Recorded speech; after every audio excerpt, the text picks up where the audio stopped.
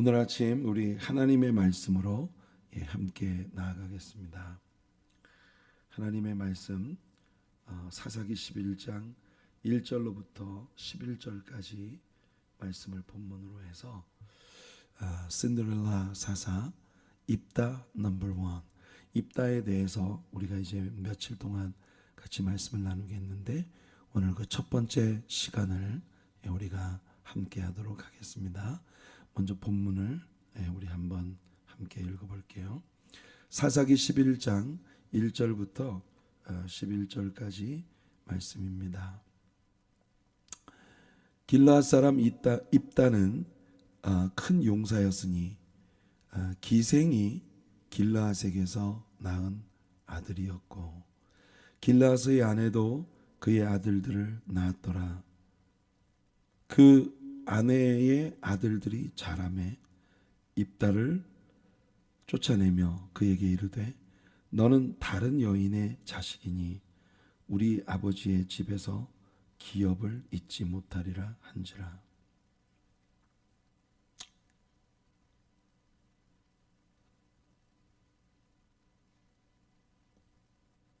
이에 입다가 그의 형제들을 피하여 돕당에 거주하며 잡류가 그에게로 모여와서 그와 함께 출입하였더라. 얼마 후에 암몬 자손이 이스라엘을 치려 하니라.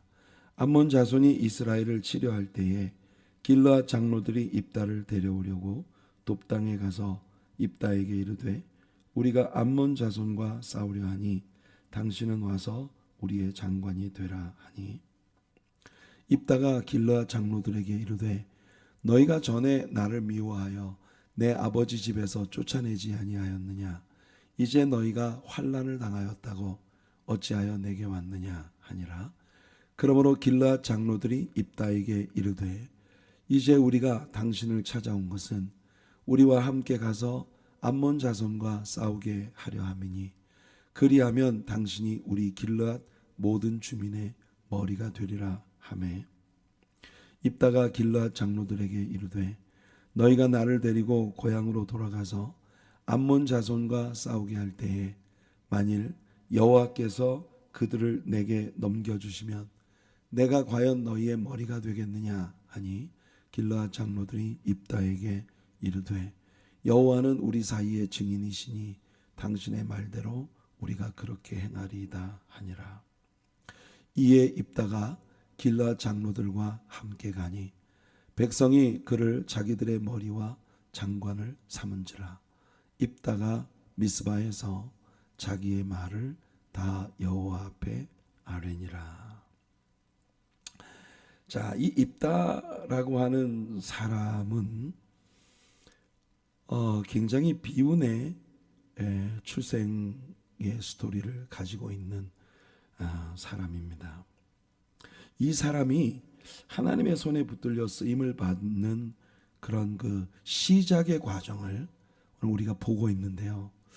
굉장히 가슴 아픈 그런 일들 사이에서도 이 입다가 주님을 향한 아주 선명한 믿음을 고수하는 그런 모습과 그가 행하는 이 모든 일들이 하나님의 주관 안에 있다고 하는 확실한 믿음, 뿐만 아니라 하나님께서 그에게 시키시는 이 모든 일들 속에서 오직 마지막 영광, 마지막 크레딧은 오직 하나님께 돌아가야 한다고 하는 것에 대한 이 확실한 신뢰, 이런 것을 가지고 있는 인물이라는 걸 우리에게 아주 다양한 방식으로 보여주고 있습니다.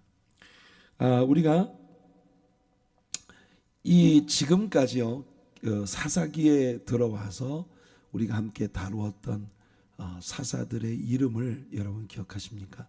온니엘, 에훗, 삼갈, 그리고 드보라 시대에 함께 쓰임 받았던 작은 사사인 바락, 그리고 기드온, 돌라, 야일, 그리고 이제 우리가 입다를 여덟 번째 사사기에 나오는 여덟 번째 사사로 오늘 우리가 함께 다루고 있는 것입니다. 여러분 이 이름들을 다 기억하시나요? 온니엘, 에훗, 삼갈, 드보라, 바락, 기드온, 그리고 돌라, 야일, 그리고 입다.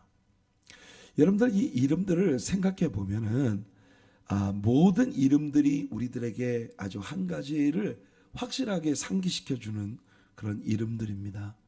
우리는 참 보잘것없고 모자란 인생살이인데, 우리 같은 사람을 하나님께서 주의 권능의 손으로 붙잡으셔서 사용하실 때 우리들 통해 하나님이 큰 영광을 나타내실 수 있다는 걸 우리들에게 보여주는 굉장히 아주 중요한 그 스토리들을 우리에게 상기시켜주는 그런 이야기들입니다.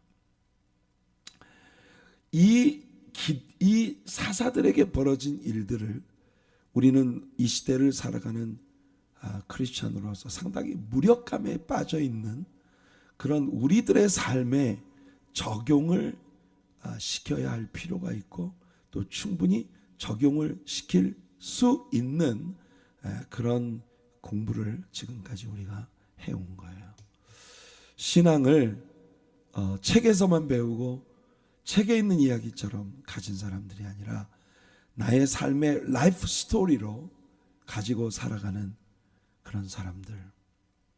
저는 우리 교회를 함께 섬기면서 우리 교회 교우들 가운데 자신이 예수님을 믿는, 살아계신 예수님을 믿는 사람이라고 하는 걸 그 삶을 통해서 아주 확고하게 입증해 주는 그런 아름다운 삶을 위해 늘 애쓰는 그런 많은 지체들을 대합니다. 그게 희망이에요. 이 성경 속에 있는 이 사사들의 스토리가 오늘 우리들의 삶에서 라이프 스토리로, 살아있는 이야기로 그렇게 우리들에게 다가오는 그런 은혜가 있기를 바라요.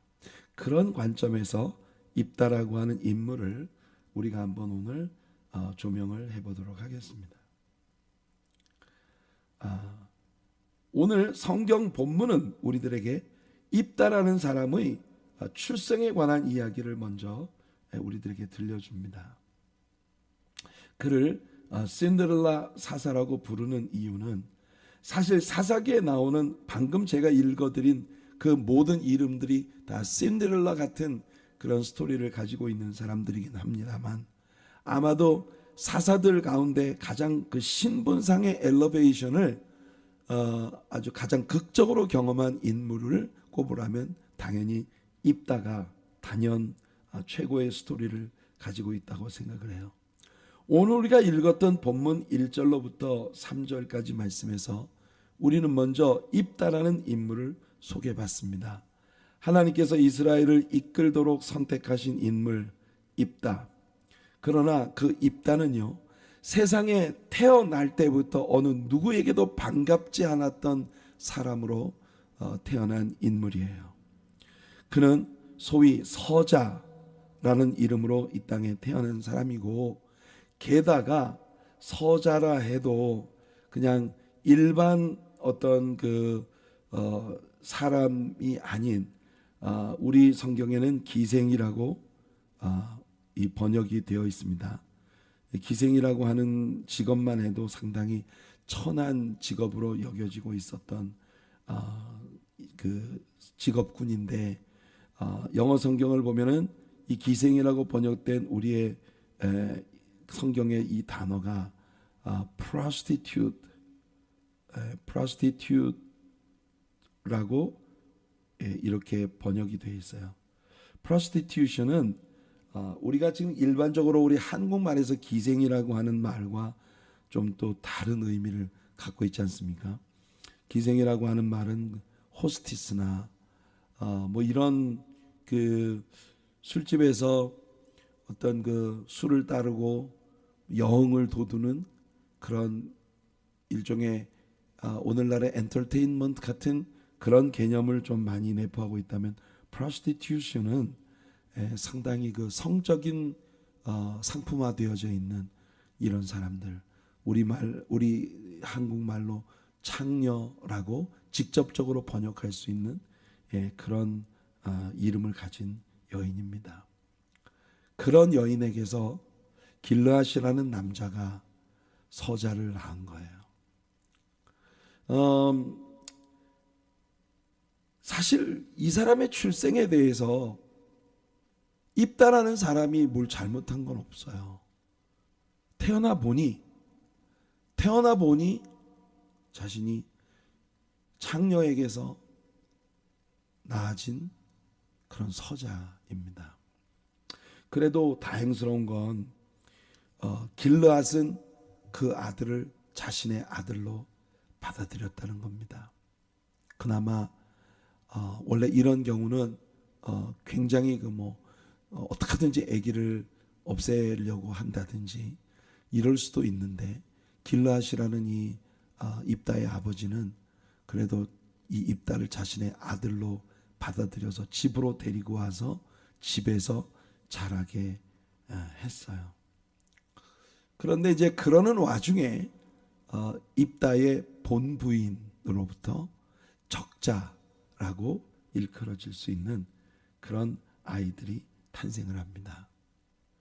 처음에 아기들처럼 이렇게 자랄 때는 친구같이 지냈을 수도 있고 철이 없으니까 그렇게 사라졌을지도 모르지만, 나이를 먹어가면서 이 본부인의 자식들의 마음속에 당연히 들게 되는 생각은, 내가 우리 아버지의 유업을, 우리 아버지의 유산을 저런 놈과 함께 나눠 가져야 된단 말이야.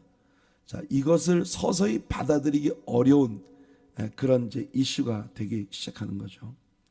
그래서 이 아들들이, 길르앗의 적자 본부인을 통해 낳아진 아들들이 이 입다라고 하는 사람을 부르기를 다른 여인의 자식이다 이렇게 부릅니다. 이 다른 여인의 자식이라고 하는 이 용어를 여러분들이 눈여겨보세요. 자, 오늘 본문에서 1절을 보면, 길르앗 사람 입다는 큰 용사였으니 기생이 길르앗에게서 낳은 아들이었고. 자, 이 큰 용사였다라고 하는 이 말씀이 우리들에게 무엇을 암시합니까? 적어도 이 사람을 용사라고 부를 수 있는 mighty man of valor, 여러분 기드온에게 여호와의 사자가 나타나서 큰 용사여라고 부르셨던 그 호칭과 동일한 말, mighty man of valor, 전쟁에 능한 용사라고 하는 호칭을 들을 수 있는 나이가 될 때까지, 그런 호칭을 들을 수 있는 나이가 될 때까지 여러분이 입다는 집에서 자랐어요. 그러니까 아주 베이비 때 집에서 쫓겨난 게 아니고 일정한 나이가 될 때까지 자랐는데, 그 본부인의 자녀들이 함께 자라면서 그 자녀들의 마음속에 이런 기생의 자식과 아버지의 유업을 함께 나눠야 된다는 사실에 대해서 절대로 용인할 수 없는 일이다라는 생각이 이제 들게 된 거예요. 그래서 길르앗의 아내도 그의 아들들을 낳았더라. 아내의 아들들이, 그 아내의 아들들이, 소위 이런 아들들을 우리가 적자라고 이렇게 얘기를 하죠. 본래 그 inheritance, 유업을 물려받을 수 있는 자격을 가진 그런 아이들로 이 아이들이 자랐다는 겁니다. 그들이 자라매 일정한 나이가 될 때까지, 입다라는 사람은 큰 용사였다고 하는 걸 보니까 상당히 어린 시절부터 용감하고 그리고 싸움을 아주 잘하는 그런 아이로 자랐던 것 같아요. 그런데 그 입다를 쫓아내며 그에게 이르되 너는 다른 여인의 자식이니 우리 아버지의 집에서 기업을 잊지 못하리라 한지라. 이 다른 여인의 자식이라고 하는 이 말이, 여러분 이 말이 벤입니다. 벤이라고 하는 말은 누구누구의 아들이다 그런 뜻이에요. 벤, son, 누구누구의 아들이다. 이샤, 이 이샤라고 하는 말이 여자란 말입니다. 여자의 아들이에요. 벤 이샤, 이 말이 중요해요. 아케르, 이 아케르라고 하는 이 단어가 가지고 있는 의미가 뭐냐면은 바로 우리말의 다른이라고 번역이 되어 있는 말인데, 영어 성경에서는 이 단어를 strange라고 번역을 하고 있어요. strange라고 번역을 strange, 여러분 strange라고 하는 말은 그 근본을 알 수 없는, 여러분 우리 왜 드라마, 특히 한국의 그 아침 드라마 같은 걸 보면은 아들이 나가서 어떤 여인과 사귀어서 집에 그 소개를 해준다고 부모님에게 여인을 데리고 왔는데 그 여자의 지난 과거가 상당히 그 부모들의 양에 차지 않는 그녀의 예를 들어 출신 그 부모들이라든지 아니면 학력이라든지 뭐 이런 것이 그 부모들의 양에 차지 않을 때 그때 제일 잘하는 말이 그거예요. 어디서 근본도 모르는 그런 여자를 데리고 왔냐. 어디서 근본도 모르는 자식이 우리 집에 와서 기웃거리냐. 이런 말을 굉장히 그 출생에 너무나 비극적인 그런 아픔을 가지고 있는 사람들이 부를 때 쓰는 그런 용어입니다. 그냥 다른 여인이라는 건 내 어머니가 아닌 다른 여자에게서 낳았다는 그런 의미가 아니라 이 다르다는 말은요, 굉장히 다양한 의미들을 내포하고 있는 거예요. 신분도 다르고 일단 그 우리말로 근본이 알 수 없는 도대체 어떤 백그라운드를 가지고 있는 그런 사람인지 도무지 알 수 없는 그런 여인의 자식이다. 그러니까 굉장히 비하하는 그런 용어예요. 근본 없는 여인의 자식이다. 그러니까 본부인의 아들들이 자기들이 적자로 출생했다고 하는 그 출생의 어떤 이점을 가지고 이제 그 입다를 멸시하고 있는 그런 태도가 아주 선명하게 나타나 있는 그런 모습을 우리가 보는 것입니다. 벤 이샤 아케르, 다른 여인, 스트레인지 워먼의 아들이다라는 그런 의미를 가지고 있는 이름으로 호칭된 이 입다. 결국 그 입다는 자기 아버지의 집에서 기업을 잊지 못할 그런 서자로 여겨지고 그 형제들에 의해서 쫓겨납니다. 입다는 자기 아버지 길르앗의 땅을 벗어나 북쪽으로 향합니다. 그 길르앗을 떠나 북쪽으로 올라간 것이 바로 도비라고 하는 땅인데, 이 도비라고 하는 땅은 이스라엘 12지파에게 어사인되어진 땅이 아니고 원래 암몬 족속들이 차지하고 있었으나 실질적으로 사람이 거주할 수 없는 그런 아주 거칠은 광야예요. 그러니까 막 독충들이나 뱀이나 또는 산적들이 우글거리는 굉장히 그 사람들이 거주 지역으로 삼을 수 없는 거친 땅, 이 도비라고 하는 땅으로 들어가서 입다는 거기에 자리를 잡습니다. 그러자 때마침 그 거칠은 들판에 야생하고 있었던 방황하던 잡류라고 호칭되어진 사람들이 이 입다에게 우르르 몰려와서 형님 우리를 받아주세요 이래가지고 집단이 형성이 되게 된 겁니다. 그러니까 원래 입다라고 하는 사람이 누구에게도 반갑지 않았던 서자로 태어났다고 하는 것만 해도 굉장히 사실 이게 뭐 입다의 잘못은 아니었어요. 그죠? 태어나 보니 그런 건 어떡합니까?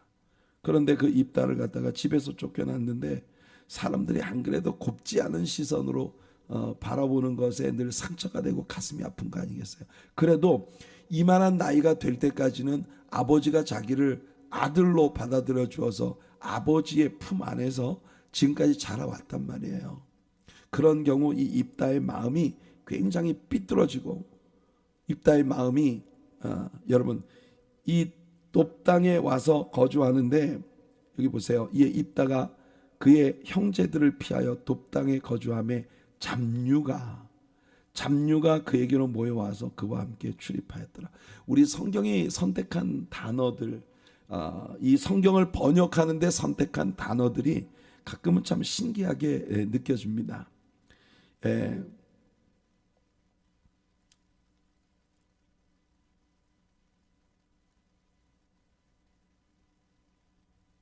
이 잡류라고 하는 이 단어를 히브리어 단어에서 보면은 에노시라고 하는 말은 남자라는 말입니다. 남자, 에노시.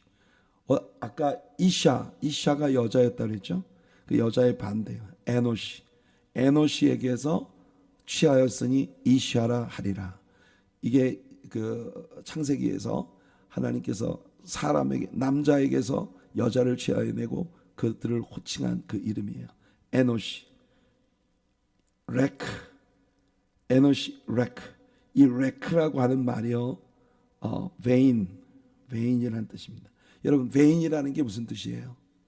무익하다, 허망하다, 그거잖아요, 그죠?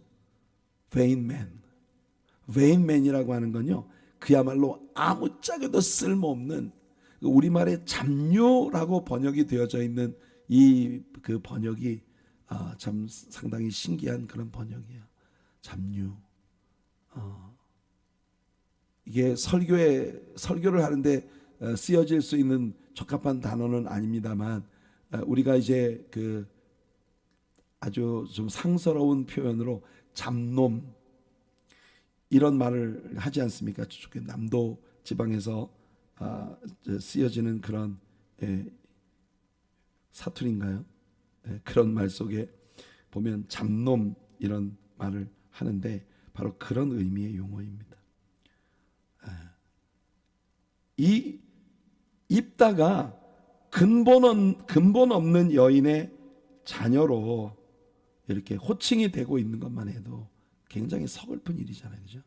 그런데 그 서글픈 마음으로 광야에 쫓겨나 있는 입다에게로 세상 사람들이 정말 아무짝에도 쓸모없는, 그야말로 쓰레기 같은 사람들이라고 그렇게 치부하고 있는 사람들이 전부 우르르 몰려온 거예요.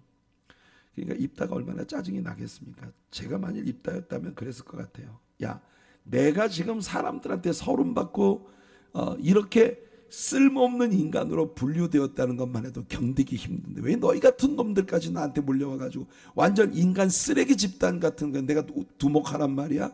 내가 그런 사람처럼 보여?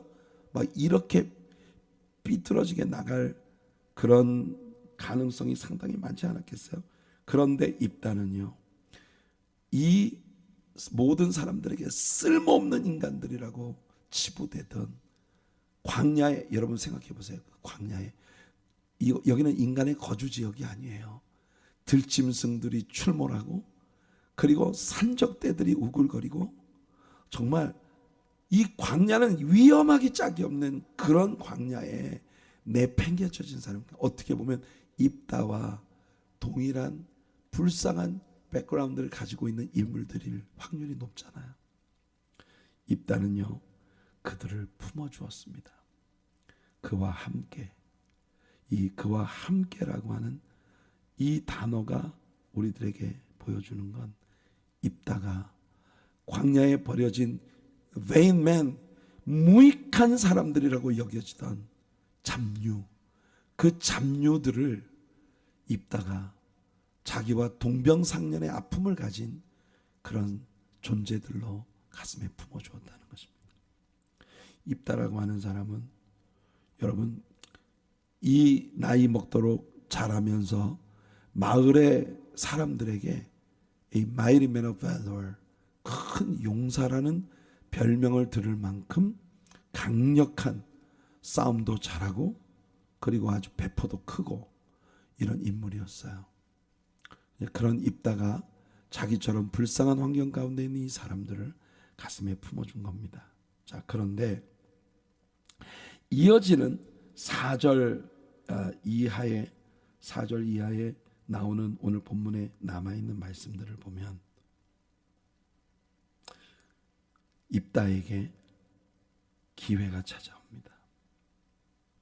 이게 워낙에 지금 암몬 사람들과 블레셋 사람들에 의해서 이스라엘이 굉장히 괴롭힘을 당하고 있는 그런 시점이었는데, 암몬 사람들이 군사들을 모아서 이스라엘을 아주 강하게 압박하고 공격, 이 암몬족 속의 이스라엘을 향한 공격이 굉장히 거칠어지는 이런 일이 벌어지게 된 겁니다. 이게 흥미로운 게 뭐냐면요, 이스라엘이라는 나라가 위험을 겪을 때, 고비를 만날 때, 이것이 입다에게는 기회가 되었다는 겁니다. 여러분, 우리의 생에 문제가 다가올 때 그 문제는 반대 방향에서 바라보면 우리들에게 절호의 기회일 수 있다는 걸 놓치지 않는 우리들이 되길 바랍니다. 삶의 위기가 오잖아요. 사람들로부터, 환경으로부터, 혹은 내 몸에 일어난 어떤 질고나, 또는 심지어 내가 저지른 잘못과 허물, 나의 죄, 그런 것들 때문에 내 인생에 위기가 다가옵니다. 하지만 우리가 정말 하나님의 사람으로 살아갈 때에 하나님은요, 이 위기를, 이 위험한 고비를 내 인생의 기회가 되게 만들어주시는 하나님이시다. 다른 사람이 견디기 어려운 그런 고통을 하나님은 우리들을 통해 도리어 복으로 바꾸시는 그런 하나님이시다. 다급하게 되니까, 암몬 족속의 공격으로 말미암아 다급하게 되니까 이 길르앗의 장로들이 도비라고 하는 이 위험천만한 광야 지대에 내몰려 있는 입다를 찾아옵니다. 여러분, 본래 이 그 형제들이 입다를 집에서 내보낼 때 우리 아버지의 유업을 함께 나눌 그런 자격이 너는 없다. 그래서 집에서 내보낼 때 그 도시의 장로들의 허락이 없이는 이루어질 수 없는 일이에요. 왜냐하면 율법이 비록 서자라 하더라도 그 아버지 집에서 보호를 받을 수 있도록 정하고 있는데, 그런데 이 길르앗의 본부인의 자식들이 입다를 내쫓는 일은 암묵적으로 그 암몬이라는 도시의 장로들이 허용을 했기 때문에 일어날 수 있는 일이었다는 겁니다. 한때는 그렇게 싹 무시해버리고 먼 광야로 나가게 만들었던 그 도시의 장로들이, 여러분, 길르앗 땅으로부터 지금 입다가 있는 이 돕까지는 약 한 80마일 정도 떨어져 있는 그런 지역이에요. 80마일이라고 하면은 68이 48, 125km, 128km가 되어지는 킬로미터로 128km나 떨어져 있는 지역입니다. 그곳으로 이 장로들이 그 거치는 광야를 도보로 걸어서 입다를 만나러 옵니다. 자, 그래서 입다는 말이에요. 입다는 이 장로들에게 마치 어제 아침에 우리가 다루었던 10장에서 여호와 하나님께서 살려달라고 울부짖는, 우리 잘못했다고 부르짖는 그런 이스라엘 백성들에게 약간 좀 빈정되는 듯한 약간 sarcastic한 그런 그 아주 시니컬한 그런 표현으로 하나님께서 말씀을 하시는 그 말씀이 있었어요. 기억하시죠, 여러분? 사사기 10장 13절과 14절 보면 너희가 나를 버리고, 야, 언제는 너희가 나를 버리고 암몬 사람들의 신, 블레셋 사람들의 신 바알이나 아세라나 이시타알이나 그모스나 밀콤이나 뭐 이런 신들을 쫓아가더니 왜 지금 갑자기 와서 날 보고 도와달라고 그래? 네가 나를 버리고, 너희들이 나를 버리고 다른 신들을 잘도 따라가더만 그들에게 도와달라고 그래. 가서 너희가 택한 그 신들에게 부르짖어 너희의 환난 때 그들이 너희를 구원하게 하라. 하나님이 상당히 시니컬한, 냉소적인 그런 말씀을 하고 계신 것을 봅니다. 입다도요, 이 길르앗의 장로들에게 동일한 뉘앙스의 이야기를 합니다. 입다가 길르앗 장로들에게 이르되 너희가 전에 나를 미워하여 내 아버지 집에서 쫓아내지 아니하였느냐. 뭐 언제는 나를 갖다가 아무 쓸모도 없는 자식으로 취급을 해가지고 근본 없는 여인의 자식이라고 그 형제들이 나를 쫓아낼 때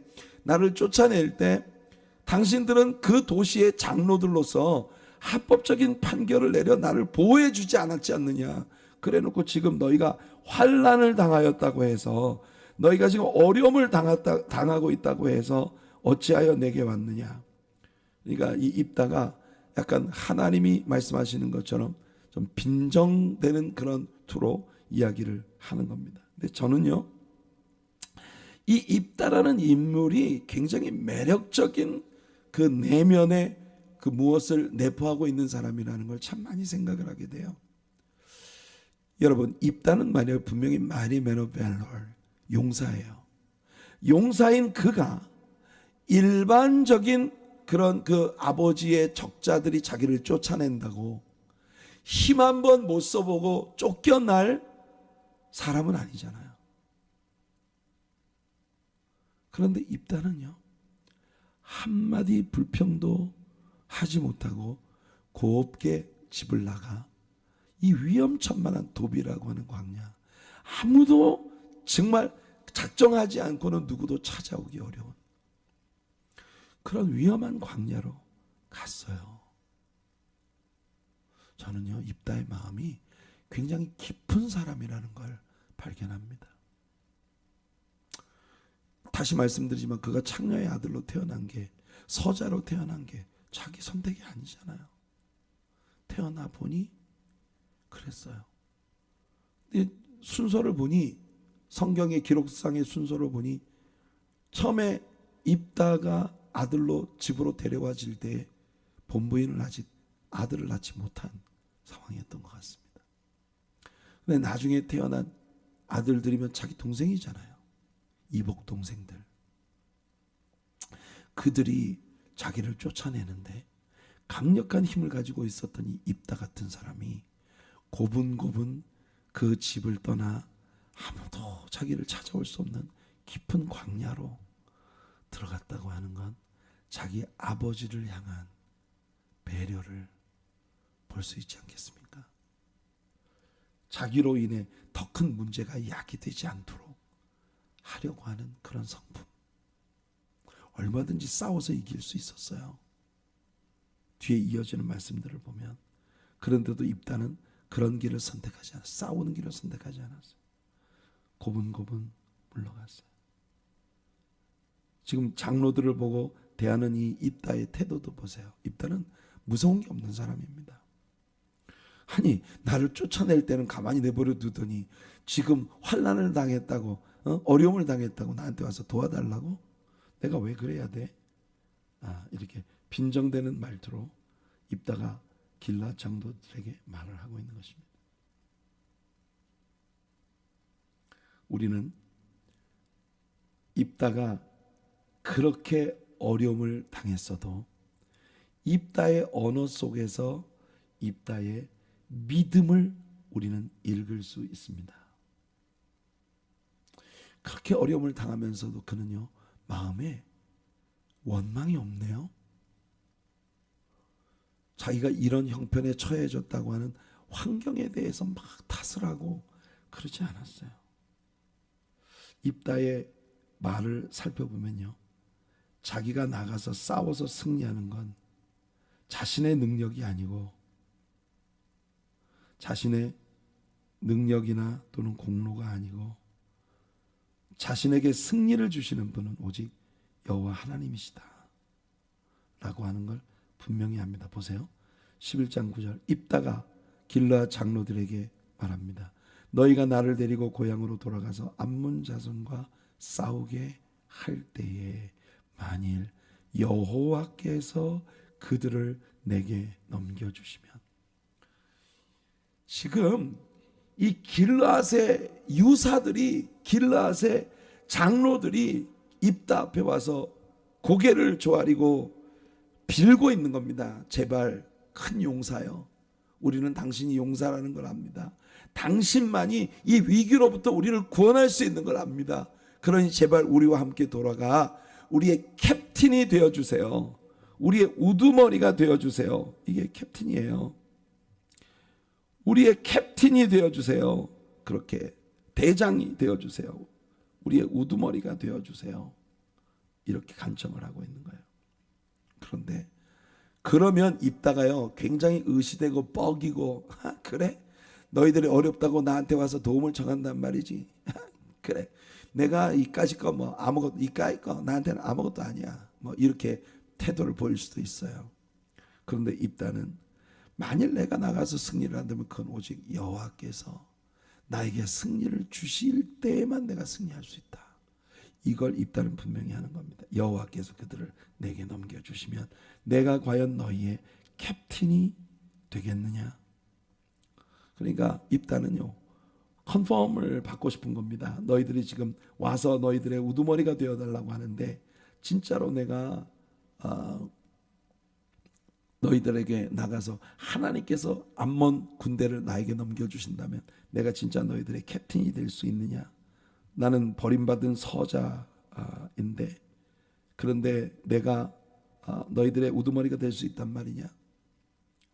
장로들이 확답을 합니다. 당신이 우리와 함께 가서 싸움을 하러 나가기만 해도, 그러니까 전쟁에 승리하고 패배하고는 나중 문제고 일단 우리 군대를 이끌고 싸움터에 나가는 것만으로도 당신은 우리의 우두머리가 되리이다라고 말을 했거든요. 그런데 입다는 거기에 덧붙이는 게 여호와께서 과연 그들을 내게 넘겨주시면. 입다는 어디서 이런 믿음을 배운 걸까요? 이 믿음이 있기 때문에 입다는 다른 적자들과 충돌하지 않고 고분고분 광야로 나갔던 거예요.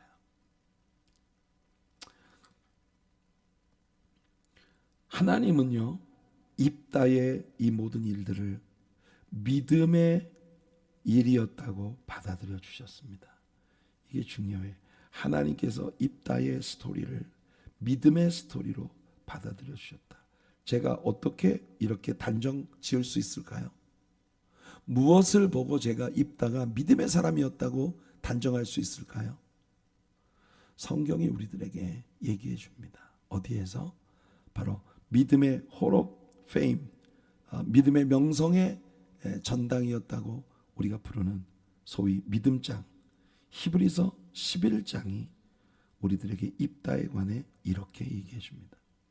내가 무슨 말을 더하리요? 기드온, 바락, 삼손, 입다, 다윗 및 사무엘과 선지자들의 일을 말하려면 내게 시간이 부족하리로다. 이 히브리서 기자는요, 입다라고 하는 인물을 이렇게 위대한 믿음의 사람들의 반열에 올려놓고 있습니다. 이 사람들이 믿음을 따라 행했던 그 아름다운 일들을 리스트업하면서 입다를 여기 믿음의 사람 다윗과 동등한 위치에 올려놓고 있는 히브리서 기자의 의도가 뭡니까? 이것은요, 입다도 다윗만큼 믿음으로 산 사람이다. 이걸 히브리서 기자가 인정하고 있는 것이고, 히브리서 기자가 이걸 인정한다는 건 하나님의 성령께서 이것을 인정하신다는 겁니다. 입다가 이렇게 돌아올 때 입다의 이복 형제들은 어떤 마음이었을까요? 저는 그게 참 궁금해요. 왜냐하면 죄인이기 때문에 그래요.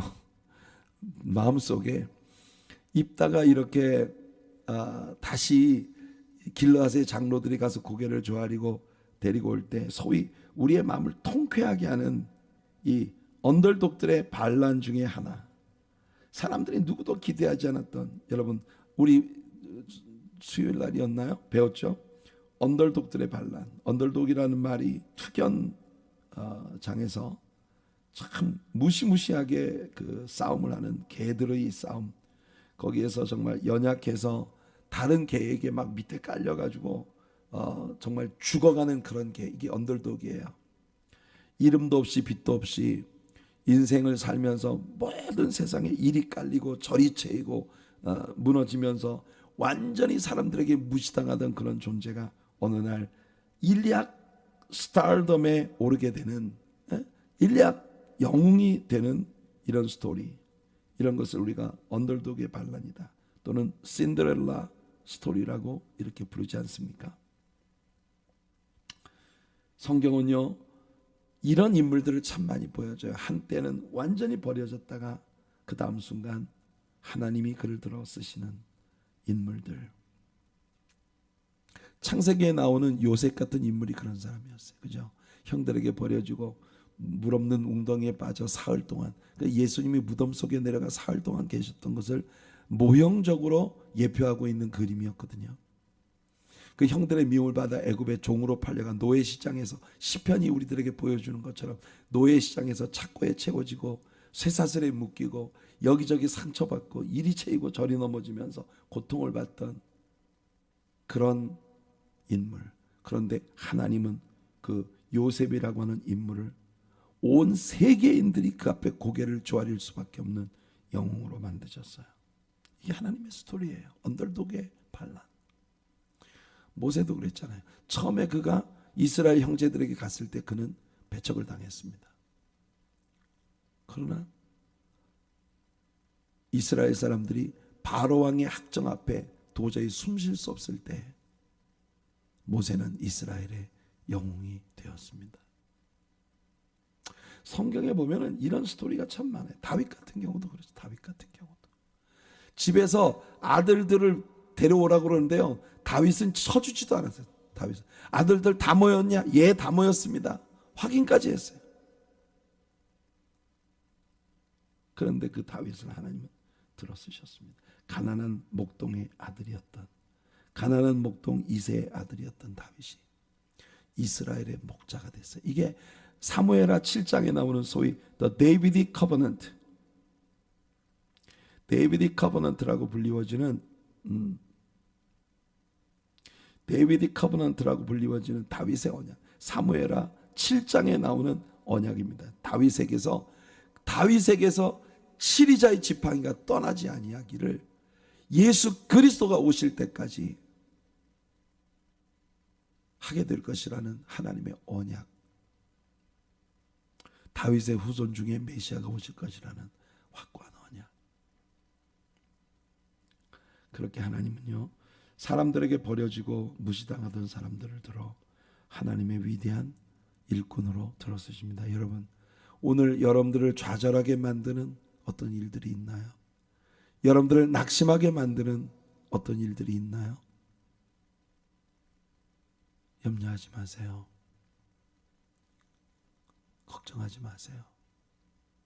그를 향하여 우리의 가진 바 담대한 것, 이것이니. 저는 오늘 우리들의 본문 가운데에서요, 입다가 장로들과 함께 암몬 사람들과 전쟁을 하러 돌아가면서 미스바에 가서 여호와 하나님께 자신의 모든 일들을 먼저 고했다. 그러니까 여러분, 입다가 어깨에 힘주고 그래, 복수심에 불타는 마음으로 너희들이 나를 쫓아내? 어디 이 길르앗의 적자들이라고 일컬어지는 내 이복 형제들, 너희들은 이제 죽었어. 내가 돌아가면 너희들부터 박살낼 거야. 이런 마음을 가지고 막 우쭐거리면서 갈 수도 있잖아요. 이게 사람 아닙니까? 그런데 입다는요, 신중하게 이 전쟁을 이끌러 가면서 미스바에 들려서 하나님께 먼저 기도하고 자신의 모든 일들을 하나님께 의탁하고 하나님께서 나를 앞장서 인도하여 이 전쟁에서 승리하게 해달라고 하는 기도로 그의 공적인 모든 일을 먼저 시작하고 있는 입다의 모습을 우리는 보는 겁니다. 입다는 참 불행한 출생의 신분을 가졌지만 상당히 매력적인 믿음의 사람이었습니다. 이것은요, 비단 제가 언급한 요셉이나 모세나 다윗이나 이런 사람들의 스토리만이 아니에요.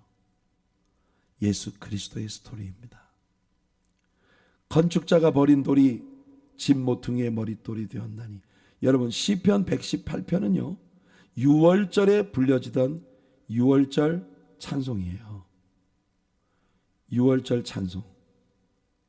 그래서 메시아의 오심을 예언하고 있는 이 메시아 예언시입니다.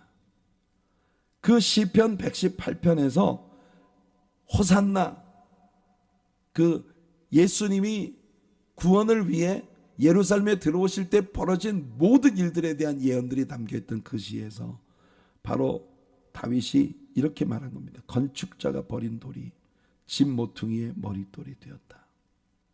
이는 여호와께서 행하신 것이요 우리 눈에 기이한 바로다.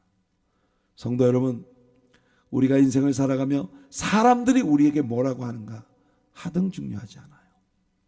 사람들이 우리를 어떻게 보는가 하등 중요하지 않아요. 주님은 나를 어떻게 생각하시나? 주님이 나에게 뭐라고 하시나?